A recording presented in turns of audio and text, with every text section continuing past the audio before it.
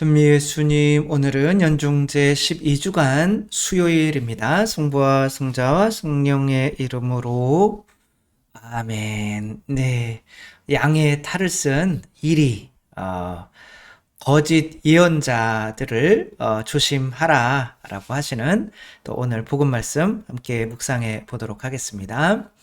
예수님께서 제자들에게 말씀하셨다. 너희는 거짓 예언자들을 조심하여라. 여기서 예언자들이라고 하는 거는 이제 가르치는 사람들인 거죠. 사이비 종교나 그런 것에 빠지지 말라는 거죠. 근데 이제 뭐 너무나 많이 뭐 이상한 교주가 하는 사이비에 빠져서 자신도 망하고 가족도 걱정을 많이 시키고 하는 일들이 너무 많이 있죠. 그들은 양의 옷차림을 하고 너희에게 오지만 속은 개걸든 이리들이다. 그 사이비 교주들이 대부분은 흰 말을 타고 이렇게 왕들처럼 이런 모습으로 오죠. 너희는 그들이 맺은 열매를 보고 그들을 알아볼 수 있다. 가시나무에서 어떻게 포도를 거두어 드리고 엉겅퀴에서 어떻게 무화과를 거두어 드리겠느냐. 그러니까 여기서 이제 열매를 보고 진짜 스승 하느님께서 보내신 스승을 알아볼 수 있다고 하는데 어떤 그 열매가 어떤 교단이 뭐 수천 명, 수만 명이 되는 어떤 또 그런 숫자로 불어나는 일이나 어떤 놀라운 기적이나 이런 것들을 의미하지는 않겠죠. 그 열매가 도대체 무엇인지. 이와 같이 좋은 나무는 모두 좋은 열매를 맺고 나쁜 나무는 나쁜 열매를 맺는다. 그러니까 한 사람이 나무라는 거죠. 근데 그 사람에게서 나오는 어떠한 것을 의미하겠죠. 그 사람의 인격을 말하겠죠. 좋은 나무가 나쁜 열매를 맺을 수 없고 나쁜 나무가 좋은 열매를 맺을 수 없다. 좋은 열매를 맺지 않는 나무는 모두 잘려 불에 던져진다. 그러므로 너희는 그들이 맺은 열매를 보고 그들을 알아볼 수 있다.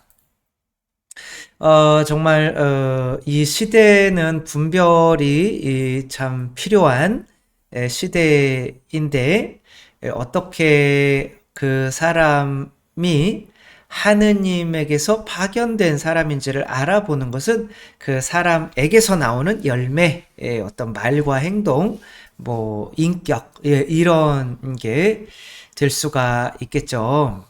이제 그것이 내가 노력해서 나오는 것이 아니라 이제 하느님과 접해 있기 때문에 나올 수 있는 거, 그것을 우리가 어떻게 구별을 할 수가 있을까? 이재철 목사님이 이제 교회를 세우고 여기를 떠나면서 이제철을 버리시되 적당히 아닌 철저히 버리셔야 합니다. 이거 아주 좋은 모범적인 그런 뭐 15,000명인가 어마어마하게 큰 교회를 열심히 노력해서 세우고 아직 은퇴 나이가 뭐 조금 남았는데도 은퇴를 하면서 이제 저를 완전히 버리십시오. 저를 잊어버리십시오. 라고 하는 것은 분명히 자기에게서 나오는 것이 아니라 이제 예수님에게서 나오는 것이겠죠. 예수님께 붙어 있지 않으면 이런 모습이 나오기 어렵겠죠. 그러니까 이제 예수님께 붙어 있는 열매는 결국에는 어떤 사랑인데 그 사랑이 자기가 죽는 거죠. 내가 죽고 그리스도의 모습이 보이는 어떤 이런 모습을 볼 때는 저분은 진짜 하느님에게서 오신 분이겠다라는 것을 우리가 쉽게 알아볼 수가 있겠죠. 가장 좋은 거는 그 사람이 진짜 죽었냐 안 죽었냐 그런 거죠. 이분은 이제 어렸을 때부터 그리스도교를 다니며 이제 집사님이셨는데 아내분은 이제 성악을 하시는 분이었고, 이제 나중에, 아마도, 뭐 결혼하시며, 이렇게, 교회를 다니시기 시작했던 것 같아요. 근데 이제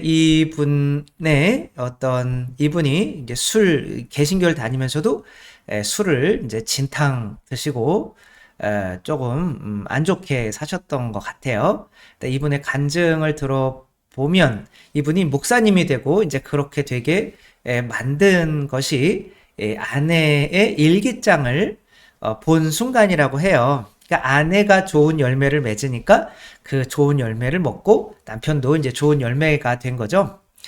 근데 이제 술 먹고 이제 성악을 하니까 이제 아내를 불러낸대요. 그러면 사람들 앞에서, 친구들 앞에서 노래를 좀 불러보라고 하고, 그럼 아내는 아주 즐거운 듯이 이렇게 노래를 부르고 불평불만 하나도 없이 시키는 대로 순종을 하고, 그래서 원래 착한 사람인가 보다. 그리고 이제 감사를 하고, 또 밤늦게도 술 친구들 데리고 가서 집에서 같이 술을 먹고, 뭐 막 이렇게 살아가고 있었는데, 또 어느 날은 주머니 술 먹고 막 진탕 먹고, 주머니에 이제 아파트 열쇠를 안 가지고 다녔대요. 그 아내에게 띵동 해가지고 또 아내가 차려주는 밥을 꼭 먹고 잔 거죠. 완전히 밉상인데 뭐 아내는 천사였던 거죠. 근데 이제 그날은 띵동 안 하고 열쇠가 이상하게 아파트 열쇠가 있네? 그러면 문을 열고 이제 들어갔는데 이제 어머니도 주무시고 아내도 뭔가 이렇게 일기를 쓰다가 이렇게 쓰러져 자고 있는데 뭐 남의 일기 같은 건 잘 안 보는데 그날은 그게 또 뭐라고 썼나 이렇게 보고 싶더래요. 근데 이제 눈물이죠. 그 종이가 반 정도가 이렇게 적셔져 있으면서 그런 내용이 쓰여 있었다고 해요. 나는 오늘도 버스를 타고 수요리 너머로 갔다. 시골길을 하염없이 걸으며 오늘도 죽음을 생각했다. 약을 먹고 죽을까? 아니면 손목을 그어 죽을까? 그러나 그것은 내가 취할 길이 아님을 나는 다시 한번 더 확인하고 되돌아왔다. 나를 살리기 위해 십자가에 돌아가신 주님께서 주님의 뜻을 위해 내게 주신 남편이니 나는 사랑해야만 한다. 나는 할 수 없지만 주님께서 사랑하라 명령하심으로 나는 사랑해야만 한다. 주님 도와주세요. 나의 약함을 주님께서 잘 아시잖아요. 이렇게 쓰여 있는 거를 이렇게 읽을 때 정말 가슴과 막 머리에서 북이 막 꽝꽝꽝 울리는 것 같았다고 해요. 그리고 이제 6년 정도 뒤에 이제 책을 낼 때 이 이야기를 하지 않았었는데 아내에게 그것을 봤었다. 그 책에 이제 그 내용을 썼기 때문에 알게 되었다. 그리고 이제 또 유명한 목사님이 된 거죠. 그렇게 아내가 의 일기가 이렇게 만든 건데 겉보기로는 아내에게서 자기보다 늦게 신앙을 가지고 아내에게서 진짜 하느님의 완전한 사랑이 나올 줄은 본인도 몰랐던 거죠. 그리고 그렇게 나오고 있는데도 알아보지를 못해요. 근데 이 자매는 내가 이 남편을 참아내면서 하느님이 아니면 이 남편을 나는 참아낼 수 없었을 거다. 오늘도 자살하러 나갔다가 하느님이 맺어주셨으니 하루 더 살아봐야지 라고 하며 하루하루 살아가는 게 기적인 거죠. 그러니까 어떤 하느님께서 어떤 누군가에게 맺히게 하는 열매는 항상 그 감정이 놀라움인 것 같아요. 누구나 자기 자신에게 놀라고 또 그런 것을 보는 사람을 놀래게 만드는 어떤 놀라움, 신비로움 이런 것이 반드시 있는 것 같아요.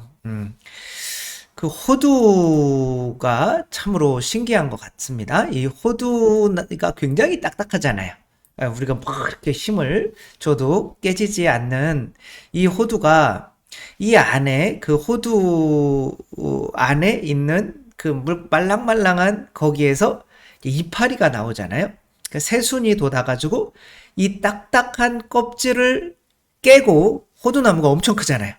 그러니까 엄청나게 이 자라나는 것을 보면 놀랍지 않을 수가 없죠.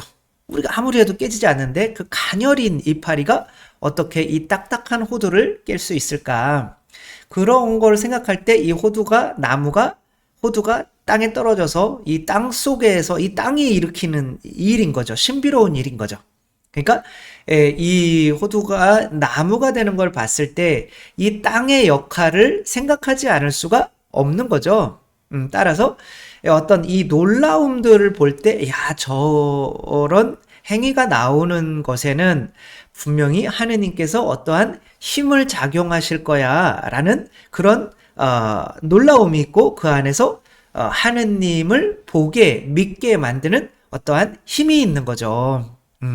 그런 것을 보고 무슨 뭐 기적을 행하는 것도 좋기는 하겠지만 그 사람의 어떤 거룩한 품성 참아내는 거, 내가 죽는 거, 저 어떻게 저렇게 사람이 죽을 수 있을까? 어떻게 저걸 참아낼 수 있을까?